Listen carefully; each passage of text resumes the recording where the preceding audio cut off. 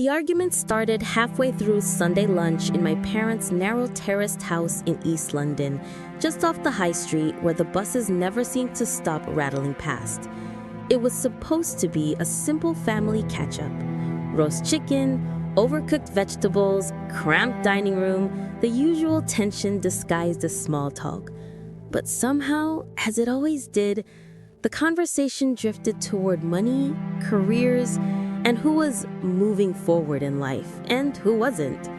My older sister, Chloe, sat opposite me at the table, her wine glass balanced delicately between manicured fingers, describing her life in Canary Wharf like it was a TV show everyone should feel lucky to watch. "The views from my balcony are insane," she said, scrolling through photos on her phone and turning the screen for Mom and Dad. "You can see the whole skyline, the Shard, the Gherkin, everything. Sometimes I just stand there at night with a glass of wine and remind myself, this is what success feels like." Mom made an appreciative noise, eyes widening at the sparkling towers on the screen. Dad nodded slowly, impressed despite himself. "You've done very well for yourself, love. A proper flattened zone too. Not everyone your age can manage that." Chloe smiled, soaking it in, her lipstick perfectly intact even after the starter. "Well, you know me. I don't play with my future. I planned, I sacrificed, I built my credit, I made it work. That's how you get ahead in London. You can't stay in shared houses forever and expect life to take you seriously." Her eyes slid toward me for a fraction of a second, just long enough to land the blow. I carried on cutting my chicken, pretending not to notice the not-so-subtle jab. "I mean, no shade," she added, the way people always do right before saying something shady. "Some people are still doing flat shares in their late 20s, still figuring things out, but that's not for me. I want stability, real progress. I refuse to be nearly 30 and still living like a student." Mom shifted uncomfortably in her chair. Dad cleared his throat. No one said my name, but they didn't need to. I could feel their eyes on me without even looking up. I live in a small rented room in a converted house in Stratford. Shared kitchen, shared bathroom, thin walls, a wardrobe that sticks when the weather gets humid. To them, that's all they see when they think of my life. Cheap rent, cramped space, and in their minds, limited ambition. Before Chloe could continue her little performance, I felt a familiar heaviness in my chest. The same pressure that had been building for years in this house, at this table, under this roof, where my place in the family hierarchy had already been decided for me. If you're listening to this and you've ever been that sibling, the one everyone quietly writes off, you already know exactly how this feels. And before we go deeper into how this whole thing really exploded, I want you to do something simple for me. If you've ever been underestimated by your own family or silently carried more than anyone realizes, pause right now. Like this video, subscribe to the channel, share it with someone who needs to hear this, and comment, "I'm not what they think I am." Your support helps the story reach more people who feel exactly like you and me. I didn't say any of that out loud. I just reached for my glass of water and took a slow sip, letting Chloe keep talking. "You know what really scares me?" she said, dabbing at the corner of her mouth with a napkin. "So many of our age will never get on the property ladder, never own anything.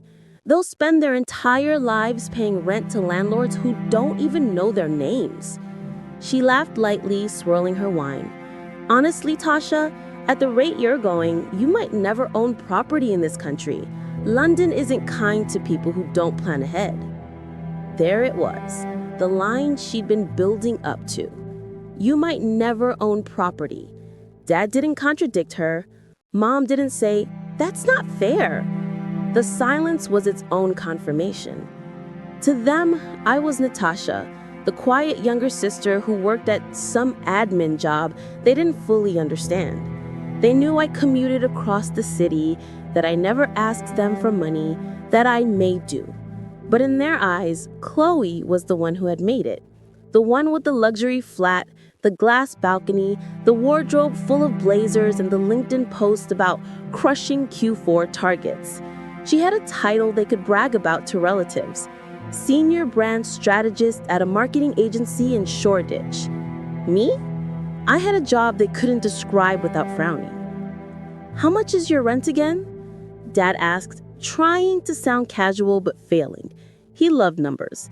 They were his favorite way to measure success. $3,200 a month, Chloe replied smoothly, not missing a beat. But you get what you pay for. Concierge, gym, secure parking, proper amenities. It's an investment in my peace of mind. Mom nearly choked. $3,200 every month? My God! That's more than your father and I used to pay for this entire mortgage. Chloe laughed. "Welcome to London, Mom. That's what living well costs in this city." Then, because she couldn't resist, she added, "Anyway, I'm not like some people scrambling to cover their rent each month. I budget. I plan. I know what I'm doing." My knife scraped the plate a little louder than I intended. Chloe glanced at me again, pleased with herself. She thought she was making a point about responsibility. What she didn't know, what nobody at that table had any idea about, was that I had been paying that $3,200 rent every single month. Not part of it, not helping occasionally, the entire thing. It started nearly 2 years ago, quietly, in the middle of a gray Tuesday morning before the sun had fully made it over the buildings outside my bedroom window. I'd been at my desk, surrounded by piles of spreadsheets and tenancy agreements, when my phone rang. It was Chloe. She never called me at that time of day. Most of our interactions happened in the family WhatsApp group or during gatherings like this one, where she could present the polished version of her life. Her voice had been shaking. Not the "I'm being dramatic for attention" kind of shaking, the raw, terrified kind. "Tash, are you busy?" she'd asked, not even waiting for an answer before continuing. "Something's happened." Her agency had lost one of their biggest clients. Budgets were being cut. Her team was being restructured, which in agency language meant they were disposable. She'd been given 3 months of notice and a tight smile from HR. Just like that, the $60K salary that funded her successful lifestyle had an expiration date. "The rent is 3,200, she'd whispered that day, as if the number itself might attack her. 3,200 every month. I can maybe cover one more, but after that, I don't know. I can't lose this flat, Tash. Not after everything I've put into it. The furniture, the decor, the image. People know me for this place. It's my life." I could almost hear her pride cracking through the phone. "If Mom and Dad find out I can't afford it, they'll think I'm a failure. They'll never stop talking about it. Please, I just need a bit of help. Just for a little while. I'll figure it out. I always do." Chloe never begged. Not for anything. That was new. I remember staring at the open spreadsheet on my laptop, the one that listed all 12 properties I owned across different parts of London, small flats in outer zones, a couple of ex-council properties I'd refurbished, 1 2-bed in Woolwich I'd gotten below market value, all of them filled with tenants whose monthly direct debits landed in my business account like clockwork. I wasn't rich in the flashy, Instagram-friendly way Chloe was. I didn't wear designer clothes or post rooftop bar moments or talk about closing deals. I wore simple clothes, reused handbags until they were fraying, and took the tube as if I were counting every stop in pounds and pence. But quietly, steadily, I had built something real. I started with one tiny studio in Barking, scrape together the deposit through overtime shifts and a side hustle, then leverage that to build a portfolio. I registered a limited company, I worked with letting agents, I understood service charges, void periods, and remortgages better than I understood my own sister. So when she said, "Please, Tash, I just need help covering the rent for a few months," I knew I could do it. And I did. I set up a standing order from my company account directly to her landlords, £3,200 every month. Quiet, reliable, invisible. On paper, it was a temporary family loan. In practice, it became the thing that kept her entire image from collapsing. She asked me not to tell our parents, said it would complicate things, said they wouldn't understand, said they'd judge her. The irony was exhausting. Now, sitting across from her at the table while she boasted about her view of the London skyline and warned me I might never own property, I could feel something shifting inside me. She wasn't just unaware. She was comfortable standing on a floor I paid for and still looking down on me. Mom reached for another photo of Chloe's flat, zooming in on the marble effect countertops and tall windows. "You've really done well," she said softly. "I just wish your sister would take life as seriously as you do." Chloe smiled, falsely modest. "She'll get there eventually. Some people just need a bit more time to grow up." I held her gaze across the table, my expression neutral. She couldn't see the numbers I saw when I looked at her. £3,200, 24 months, £76,800.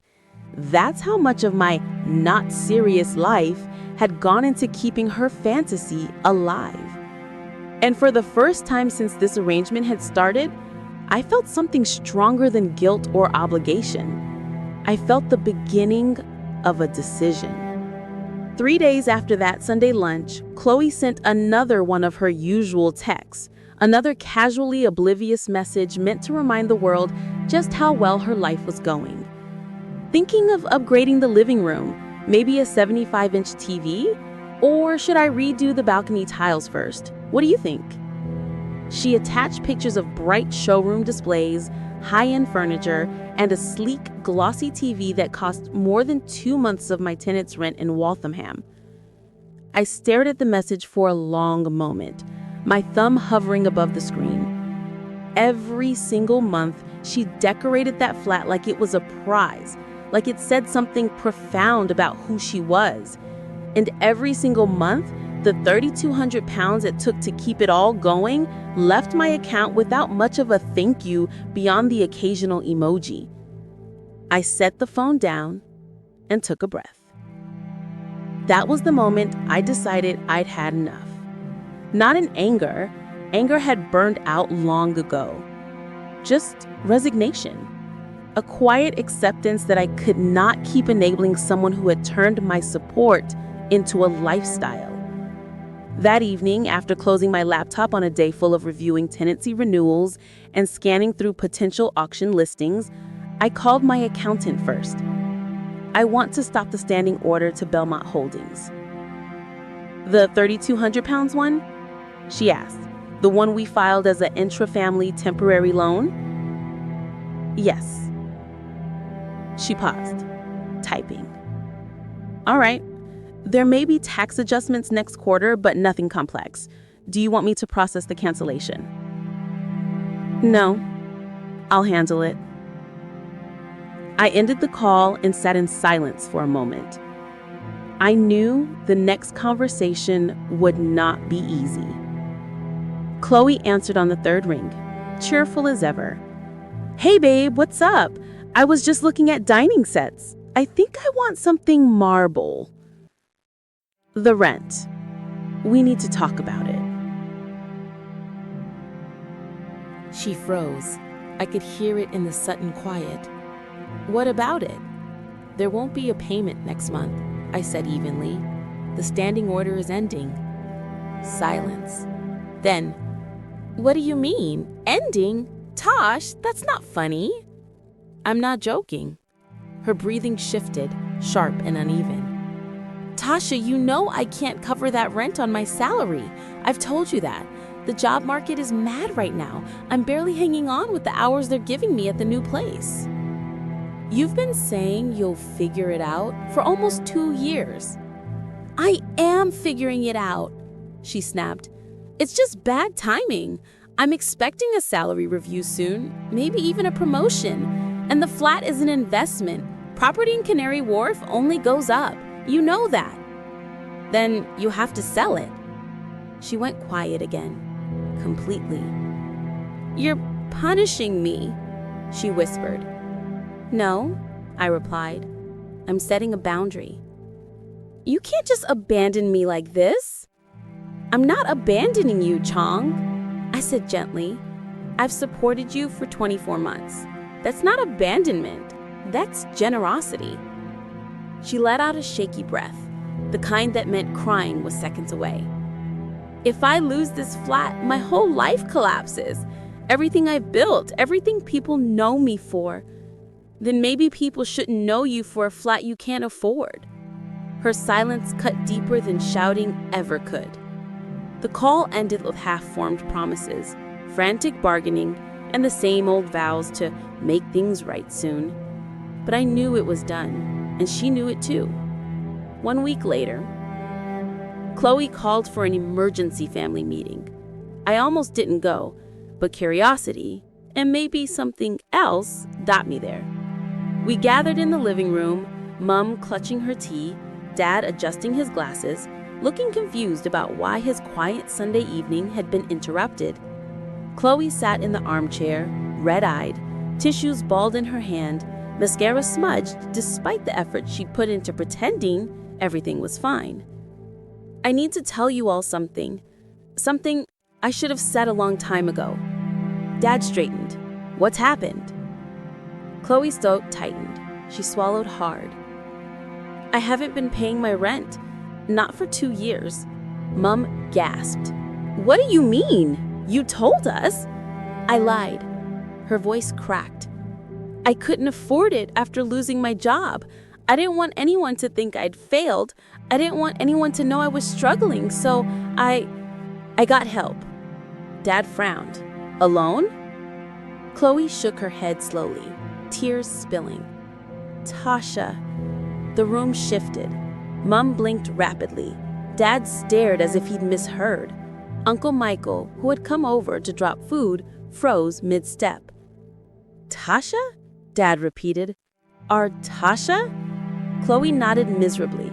She's been paying my rent, the whole thing, 3,200 pounds every month.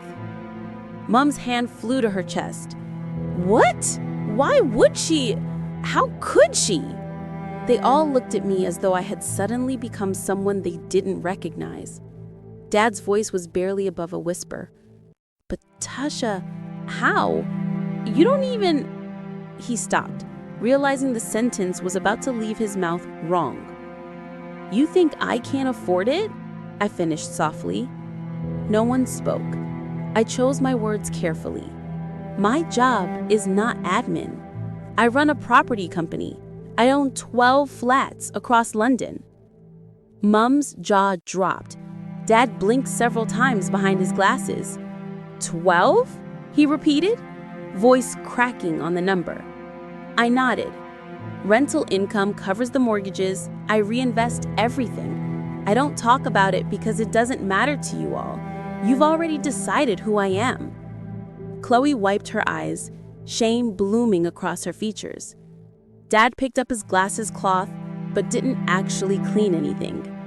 Your sister said you were still in that room in Stratford. I am, because I don't spend money to impress people. I invest it. The room sat in stunned silence. Chloe whispered, I never meant for it to go this far. I just thought I'd get back on my feet quickly. I didn't want anyone to see me as a failure. She didn't say it, but the word was hanging between all of us. I let them sit with the truth for a moment. Dad finally exhaled. Tasha, We judged you unfairly. We judged you wrongly. I'm sorry." Mom nodded, eyes glossy. "We had no idea. You never spoke up." "Because speaking up wouldn't have changed anything," I replied calmly. "You all see success as something loud. I built mine quietly." All eyes drifted to Chloe. Her seat, her hands, her unraveling composure. The foundation she had built her identity on, her flat, her rent, her image, had just cracked open in front of the whole family.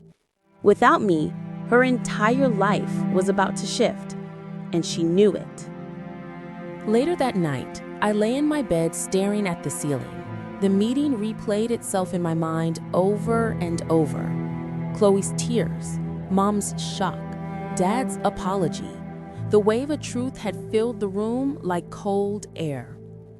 For 2 years, I'd carried her life quietly on my back, without acknowledgement, without recognition, without a single ounce of respect in return.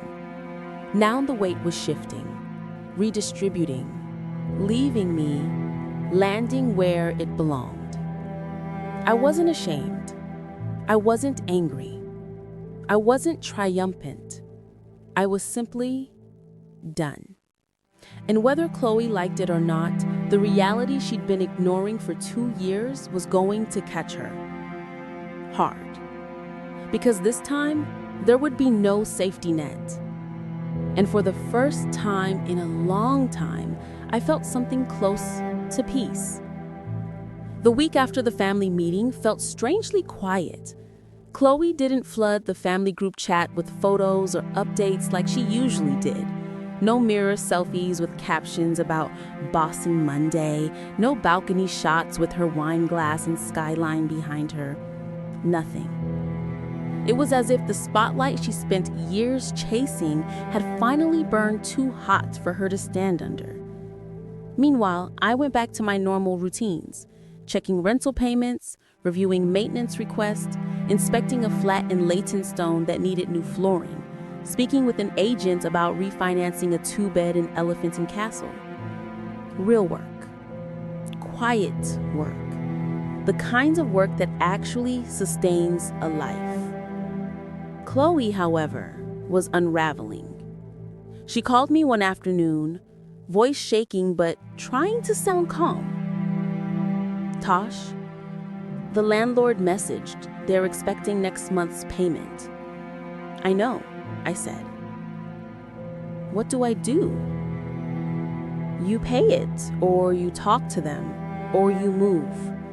Those are your options." A long silence followed. "You really meant it," she whispered. You're actually done." "I am." She didn't fight me this time. Maybe she finally saw how unfair it had all been. Or maybe she was too exhausted to put on a performance. That night, she sent me a screenshot from Rightmove. A simple 1-bedroom flat in Woolwich. No balcony, no skyline, no concierge. £1,250 a month. A fraction of what she was used to. "Do you think this place is okay?" she typed. For a moment, I didn't know how to answer. Chloe, the same sister who once bragged about her executive lifestyle, was now asking me if a modest 1-bedroom flat was okay. She wasn't mocking. She wasn't comparing. She wasn't performing. She was finally real. "It's within your budget," I replied. "And it looks clean. That's what matters." She simply responded, "Thank you." 2 words. And maybe the first genuine thing she'd said to me in years. 3 weeks later, Chloe listed her Canary Wharf flat for immediate lease termination. It hurt her pride so visibly that even Mom didn't try to sugarcoat it. The apartment she built her identity around, the furniture she bragged about, the balcony she photographed endlessly, the rent she pretended to pay alone, was being dismantled piece by piece. I helped her move not because I was obligated, but because she was still my sister. Her white sofa didn't fit in the new place. Her massive glass coffee table looked out of place in the smaller living room. Her fancy kitchen gadgets had nowhere to go. For the first time, she looked around a space not through the eyes of someone trying to impress the world, but through the eyes of someone learning to live within their means. "It feels smaller," she said softly. "It's honest," I answered.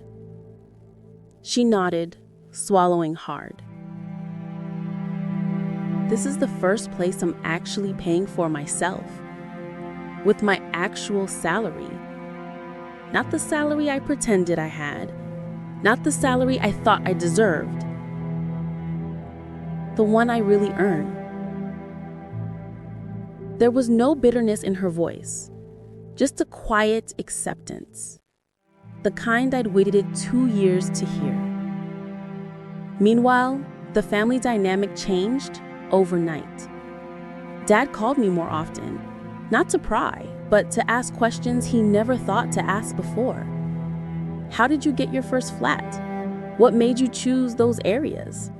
How do mortgages work for investors?" Mom became softer too. "I didn't know you carried so much on your own," she told me one evening. "You've always been so quiet. I thought maybe you didn't care about success. But now I see you just cared differently." Even my uncle, who used to make little remarks about people who never move forward, treated me almost cautiously now, as if he wasn't sure how to approach someone whose life he had misjudged so completely. But the biggest shift was Chloe. The pride, the arrogance, the subtle mockery, gone. Not overnight, but gradually, like frost melting in morning light. One day, several months later, she invited me over to her new place. Not to impress me, not to broadcast anything, just to share space. We sat on her small gray sofa, drinking tea from mismatched mugs because she hadn't bought new ones yet.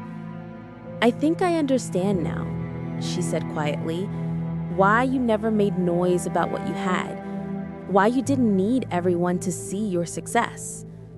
I said nothing. I've learned that silence often says more than words. She continued, voice shaking slightly. "You helped me because you're kind, and I took advantage of that. I'm sorry." I nodded. "Thank you." She added, "I always thought success meant showing people what you had, but maybe it's about living a life you can sustain, a life you don't have to pretend to afford." She took a slow breath. "I'm actually happy here. For the first time in years, I'm not scared of the next rent payment." I looked at her, really looked at her. The exhaustion, the humility, the quiet rebuilding. She wasn't the same person she'd been before, and maybe neither was I. Months later, Chloe paid her first full year of rent in the new flat entirely on her own. No tears, no panic, no performance. "Feels weird," she told me over the phone that night. "Weird but good. Like, this is actually mine." And for the first time since this whole thing began, I laughed. Not out of bitterness, but because it finally felt like the story had shifted. No more hidden payments, no more lies, no more family assumptions about who I was. No more carrying someone else's lifestyle on my back. Just truth, balance, peace. And if you're watching this, take this from me. Sometimes the people who talk the loudest about success are the ones most desperate to hide how fragile their reality truly is. And sometimes, the people who say the least are the ones holding everything together. If this story resonated with you, like the video, subscribe to the channel, share this with a friend who needs strength today. Comment your perspective or the key lesson you learned. Your voice matters, your story matters, and you are never as underestimated as they think.